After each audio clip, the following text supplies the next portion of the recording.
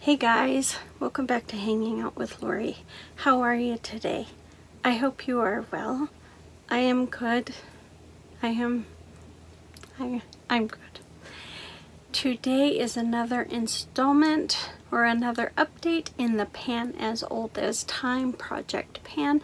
This is where we have taken our oldest palette and are working on it throughout the year. This is being hosted by the Pantastic Ladies, whose link I will have down below for you to check out, and is being done by many people.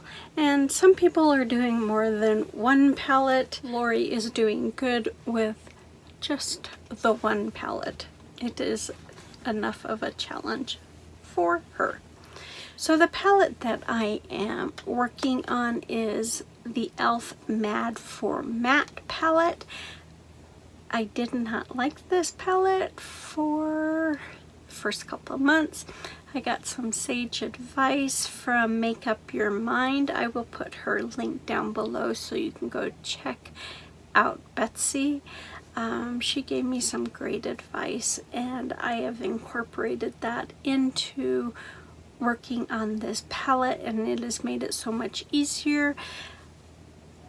There are some shades in here that I do like, I will admit that, and there are still shades that I don't like. But as of last update, let me show you where I was at.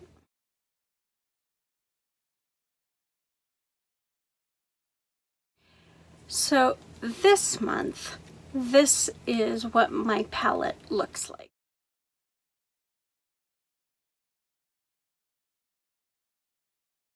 My goals for last month were to take these shades that don't have any type of pan, so there's these 5 shades here.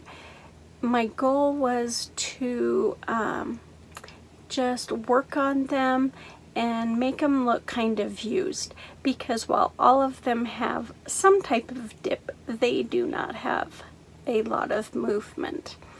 And then my other goal was just to expand on the pans that I had in these 2 shades.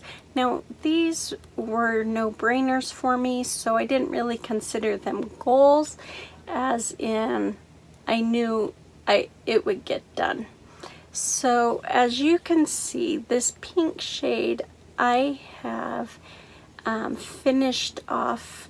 Not only did I expand the pan, but I finished off the one side, and I am getting close to finishing off the whole pan, which is exciting. Then this shade, which is probably my favorite shade in the whole palette, it's kind of like a brownish pink. I do have it on my lids today. It was my transition shade, one of them. Anyways, I was able to expand the pan and hit side pan, which was exciting that I did that. I haven't got much further than that. I do not have side pan on that, but I was able to expand that pan even bigger because it was a little bit longer. Not longer than what it is, but it was more oblong than it was circular. So I was able to expand that pan, which is good. Now these 5 shades that I wanted to rough up and make them look used, these 2 I really did because I used them in my brow. I have found that I like these 2 shades mixed together to make my brow color more so than these 2, which is what I was using, and that's how I got pan on these 2.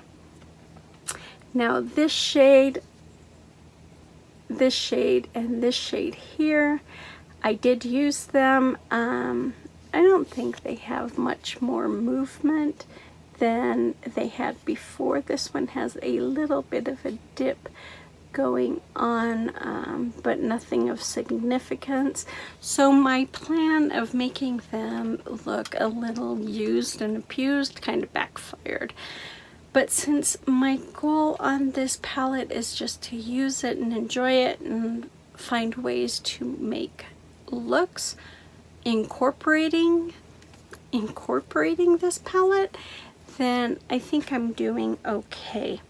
Now when you look at it from here, you can see movement on these 5 shades. Of course you can visually see those on camera, but these ones do have a little bit of movement, more than what I would have thought, but just, oops, sorry about the mirror, but just not a whole lot. So this, I was, you know, a little excited, overly excited last month when I made that as my goal, to kind of roughen them up, but that's okay. This month I am not going to be as adventurous since I am in the middle of moving. I don't wear makeup a whole lot, and so what my goal for this month is to completely finish off this pink, which I thoroughly love.